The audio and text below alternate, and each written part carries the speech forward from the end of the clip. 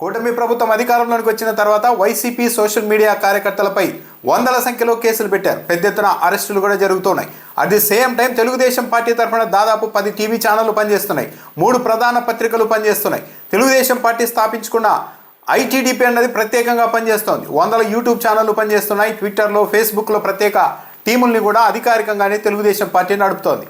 అయినా సరే వైఎస్ఆర్ కాంగ్రెస్ పార్టీని ఎదుర్కోలేకపోతున్నామన్న అభిప్రాయం తెలుగుదేశం పార్టీలో ఉంది.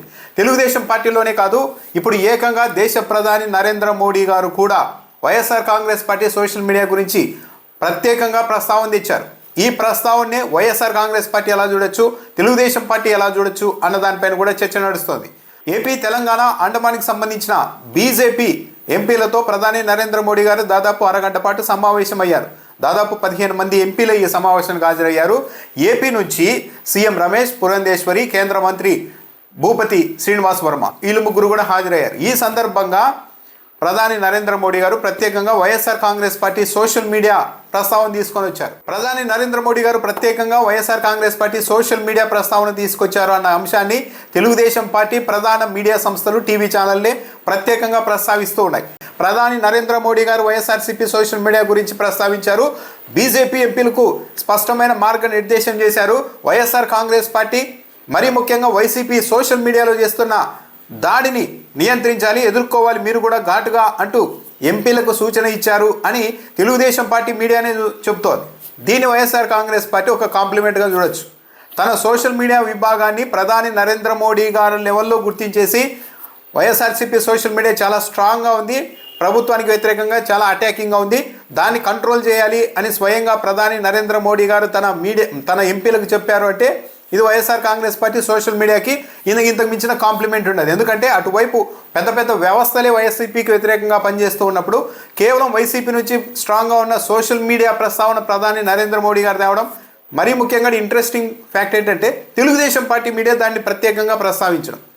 వైఎస్ఆర్సీపీ సోషల్ మీడియా బాగా గట్టిగా ఉంది అని ప్రధాని నరేంద్ర మోడీ గారు చెప్పిన అంశాన్ని సాధారణంగా అయితే తెలుగుదేశం పార్టీ మీడియా ప్రచారం చేయకూడదు, కానీ చేస్తోందంటే ఇక్కడ ఆలోచించాల్సింది ఏంటి అంటే ఒక Telugu Desam party media, Telugu Desam party ITDP social media అన్నది వైసీపీ సోషల్ మీడియాను ఎదుర్కోలేకపోతోంది. కాబట్టి ఇప్పుడు ప్రధాని నరేంద్ర మోడీ గారే చెప్పారు అన్న విషయాన్ని పబ్లిక్లోనికి తీసుకెళ్తే, బీజేపీ శ్రేణుల్లోనికి కూడా తీసుకెళ్తే మాకు మద్దతుగా వైఎస్ఆర్సీపీకి వ్యతిరేకంగా బీజేపీ కార్యకర్తలు కూడా సోషల్ మీడియాలో వస్తారు, అప్పుడన్న వైఎస్ఆర్ కాంగ్రెస్ పార్టీని సోషల్ మీడియాలో ఎదుర్కోవడం సాధ్యమవుతుందేమో అన్న ఆశతో తెలుగుదేశం పార్టీ మీడియా ఈ అంశాన్ని ప్రత్యేకంగా ప్రస్తావిస్తూ ఉండవచ్చు. ఇప్పటికే తెలుగుదేశం పార్టీకి మద్దతుగా జనసేన కూడా సోషల్ మీడియాలో పనిచేస్తోంది వైసీపీకి వ్యతిరేకంగా. ఇప్పుడు నేరుగా బీజేపీ కార్యకర్తలు రంగంలోనికి దిగినా కూడా పరిస్థితుల్లో పెద్ద మార్పు ఉండదు. ఎందుకు మార్పు ఉండదు అంటే మొత్తం లోపం అన్నది ప్రభుత్వంలోనే, చంద్రబాబు నాయుడు గారి ఆలోచన విధానాల్లోనే ఉంది. ఈ 18 నెలల కాలంలో ఎన్నో ప్రజా వ్యతిరేక నిర్ణయాలు, ఇలా కూడా నిర్ణయాలు తీసుకుంటారా అని ఊహించలేని స్థాయిలో, పబ్లిక్ కూడా ఊహించలేని స్థాయిలో చంద్రబాబు నాయుడు గారి నిర్ణయాలు ఉంటున్నాయి. ఇప్పుడు బీజేపీ కూడా సోషల్ మీడియాలోనికి ఎంటర్ అయిపోయి వైసీపీని టార్గెట్ చేయాలి అనుకుంటే ఇప్పటివరకు చంద్రబాబు నాయుడు గారి మీద ఎక్కువ ఇంపాక్ట్ పడుతోంది ప్రజా వ్యతిరేక నిర్ణయాలకు సంబంధించి.